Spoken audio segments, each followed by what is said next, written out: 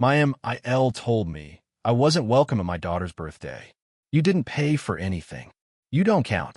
She held the cake I made and dropped it in the trash. My wife just whispered, "Don't start drama." I waited until everyone left. Then I took something from that party that made headlines. My name's Mike. I'm 37. Lived just outside of Columbus, Ohio. I used to work at an auto parts plant. Spent 10 years on that floor. Got good at it, too.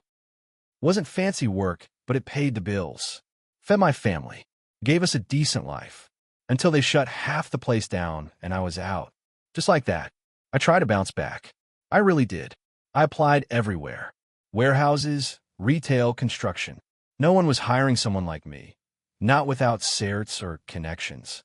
So I started doing delivery gigs. Long hours, no benefits, but I kept food on the table.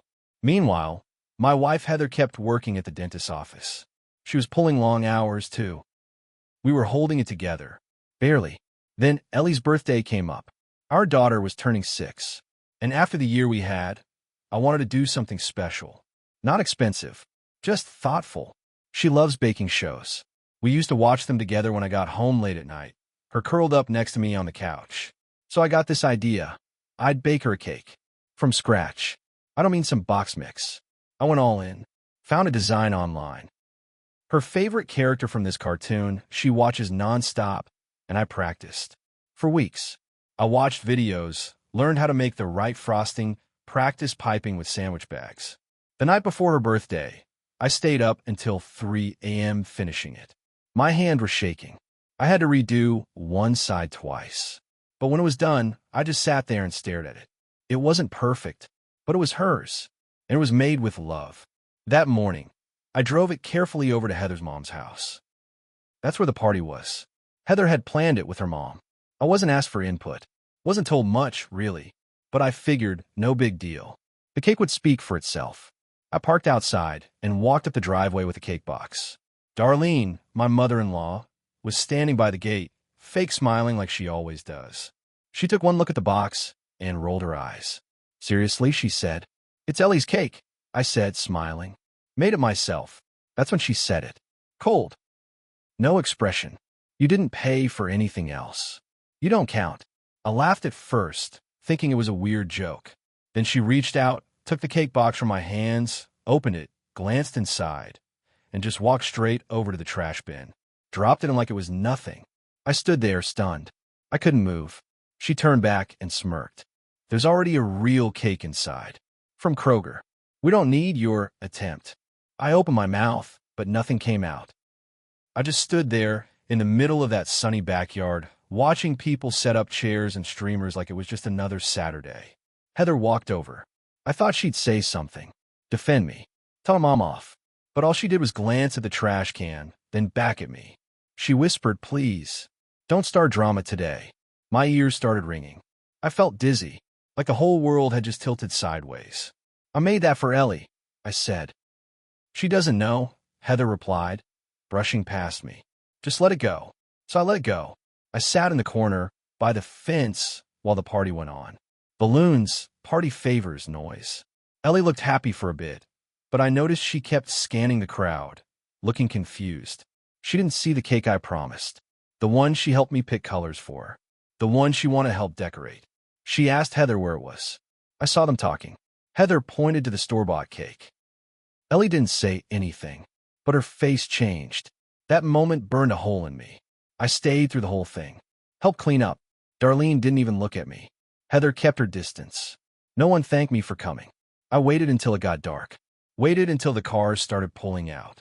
Until Ellie was tucked into bed, exhausted from all the excitement. That's when I made my move. I didn't do anything violent. Nothing illegal. Just precise. Darlene has this jewelry box. She's obsessed with it. Says it's been in her family for generations. She brags about it every time someone visits. Keeps it on her bedroom dresser like it's a museum piece. I've seen her polish it like it's sacred. When no one was looking, I went upstairs, opened her bedroom door, and took it. Every last piece. I didn't take it to sell. I didn't want her money. I took it so she'd feel something. Anything. Inside, I left a small handwritten note. "Now you know what it feels like to see something you cared about thrown away like garbage. I didn't stop there. I divided the jewelry up. Every month, I mailed a single piece back to her. No return address. No explanation. Just an envelope with one item and a typed note like, one memory at a time. This one's for Ellie. Next time, keep your hands out of the trash. It drove her insane.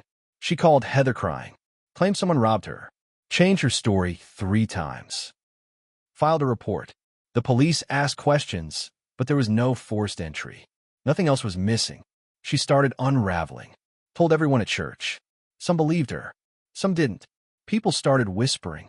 Someone posted about it on a local Facebook group. Who's stealing from Darlene? It spread. Got traction. Someone even tipped off the local news.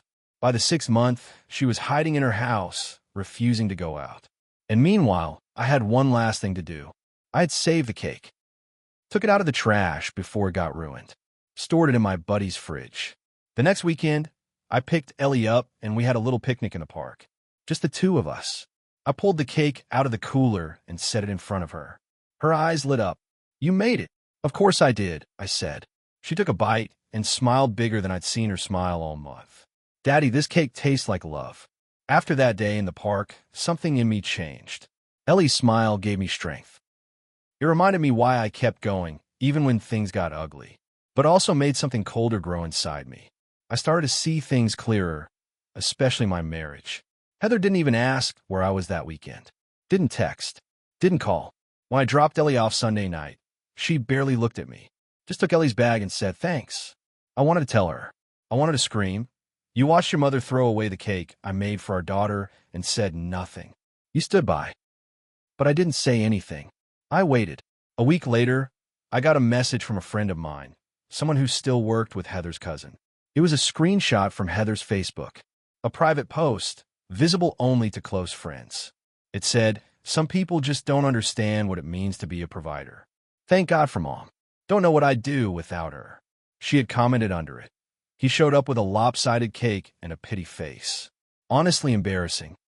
I stared at that post for a long time.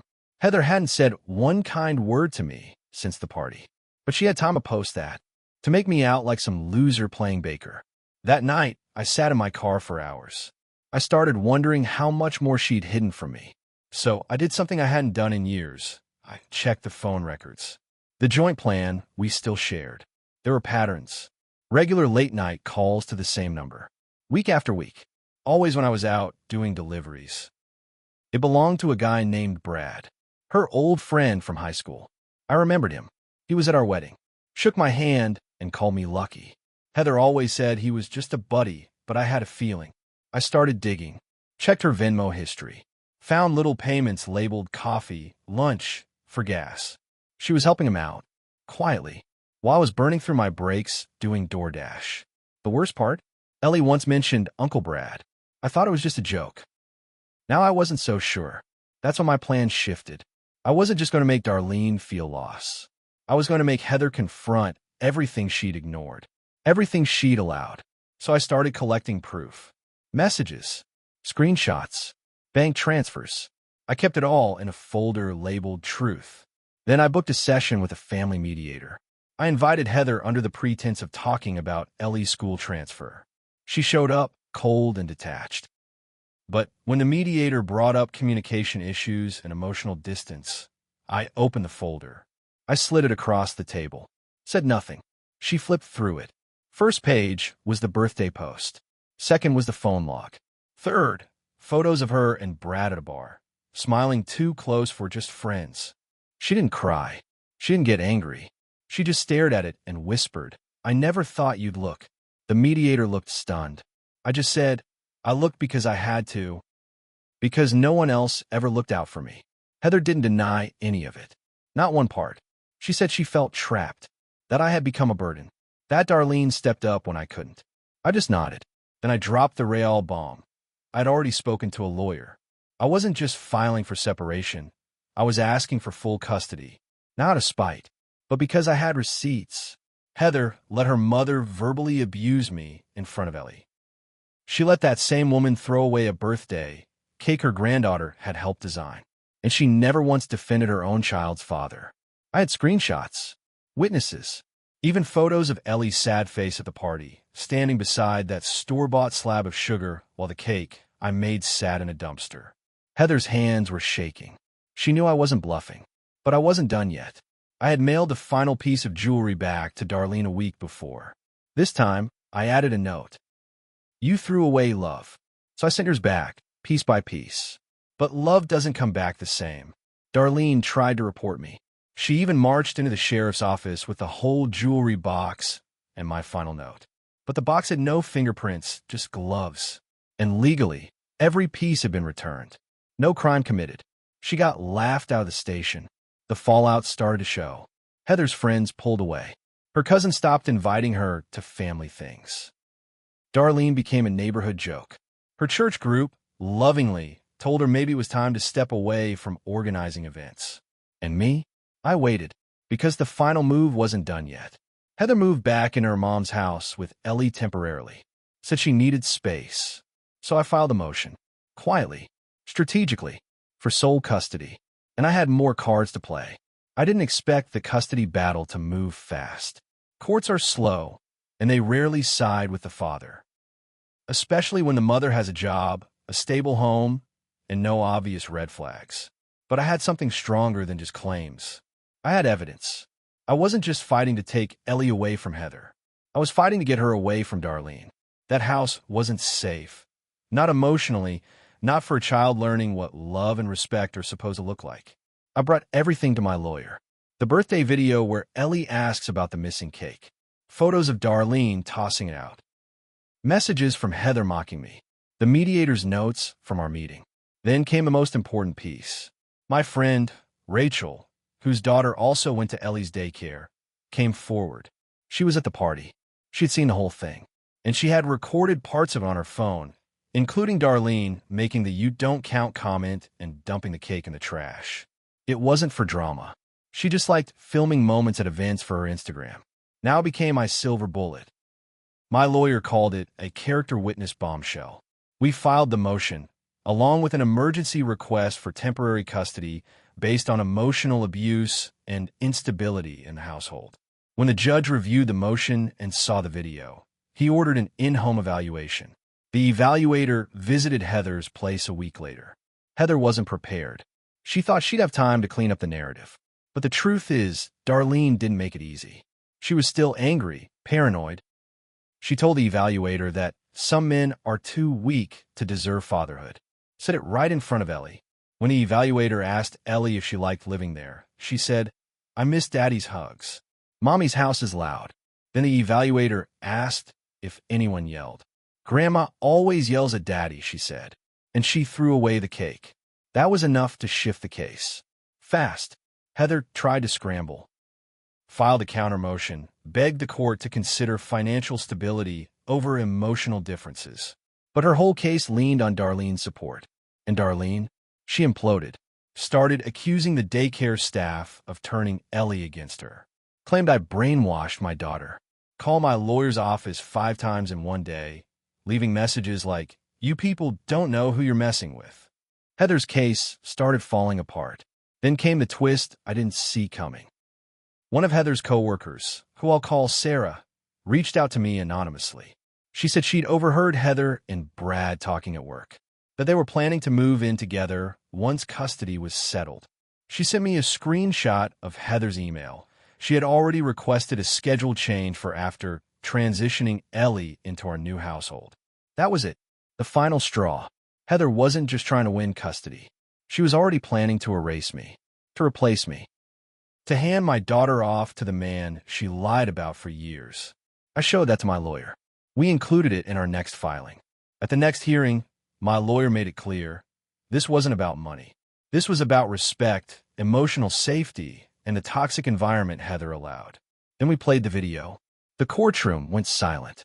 Heather's lawyer fumbled through damage control, claimed it was taken out of context, that tempers were high, but the judge didn't buy it. Heather's custody rights weren't revoked, but she was ordered into supervised visitation for 90 days while a family therapist worked with Ellie. Me? I got temporary full custody. I moved into a small 2-bedroom duplex near Gahanna, not far from Ellie's school. It wasn't fancy, but it was peaceful. No yelling, no gaslighting, No, Darlene. Ellie slept better, ate better, laughed more. I started saving every week, just a little. Put it into a separate account labeled Ellie's Cake Fund. I didn't know where things would end up with Heather, but I knew one thing. I was done letting people walk all over me. And Darlene? She was about to face one last twist she didn't see coming. Because not only did she lose her grip on Ellie, she was about to lose something else. Something bigger. Darlene thought the worst was over. That losing access to Ellie for a few weeks was just a bump. That Heather would fix it. That things would go back to normal. She had no idea what was coming. While the custody case was still in process, I quietly filed a formal complaint with the Ohio Board of Dentistry. Why? Because during the heat of all this, I found out Heather was using her access at the clinic to help Brad. He didn't have insurance, and she had been slipping him free dental work. X-rays, cleanings, even a filling that was done off the books. I had proof. Screenshots of texts between her and Brad where she said, "Don't worry about it." I clocked it under Mrs. Kramer's file again. Mrs. Kramer, it turns out, was an actual patient, an elderly woman with no idea her ID had been used for someone else's treatment. The board took it seriously, very seriously. A few weeks later, Heather was suspended pending investigation. The clinic let her go quietly to avoid a PR nightmare. Her reputation? Destroyed. But that wasn't the end. Brad didn't want a serious relationship. He wanted fun. When Heather lost her job and the child custody case went sideways, he bailed. She tried to keep it together, started bartending a chain restaurant, but the damage was done. She had to move out of Darlene's and into a one-bedroom apartment near East Main. She shared a room with Ellie during visits. I heard through the therapist that Ellie cried most nights over the noise and said she missed her own bed. Meanwhile, Darlene was unraveling in a different way. The jewelry stunt had destroyed her reputation. The church committee quietly replaced her. Neighbors avoided her. But what really broke her was when the story hit the local newspaper. One of the reporters from Channel 6 had picked up the Facebook post about her stolen heirlooms, followed the trail, and uncovered the court drama. They ran a piece called From Cake to Court: How a Birthday Sparked a Custody Battle. The article didn't name Ellie, thank God, but it quoted public court documents. Darlene's words, "He didn't pay for anything. He doesn't count," were in print. She became a local joke. She tried to sue the newspaper. Failed. She tried to sue me. Failed again. Then her bank caught something strange. Because months before, during the height of her panic over the jewelry, Darlene had filed a fraudulent insurance claim. Claimed the heirlooms were stolen permanently, that they were worth over $25,000. She got a payout. But now there was public proof she'd gotten them all back. Through the mail. With timestamps. The insurance company launched an investigation. She was charged with insurance fraud. She took a plea deal, avoided jail, but lost almost everything she had. Fines. Court costs. She had to sell her car and dip into her savings. Her pride and reputation shattered beyond repair. She moved out of her house 6 months later and into a senior apartment complex 2 towns over. Alone.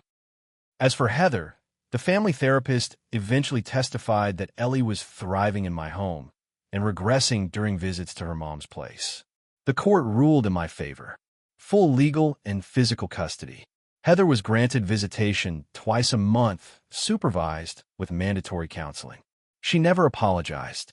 Not once. But I stopped expecting one. I focused on Ellie. We made new traditions. She picked out a new birthday cake design every year. I still bake it myself. And every time she smiles at it, I remember that party, the one where they tried to erase me. They thought I'd be too quiet, too small to fight back. They forgot something. I didn't need to be loud. I just needed to be patient. Because revenge isn't about yelling. It's about letting the truth do the talking. And in the end, it did. Loud and clear.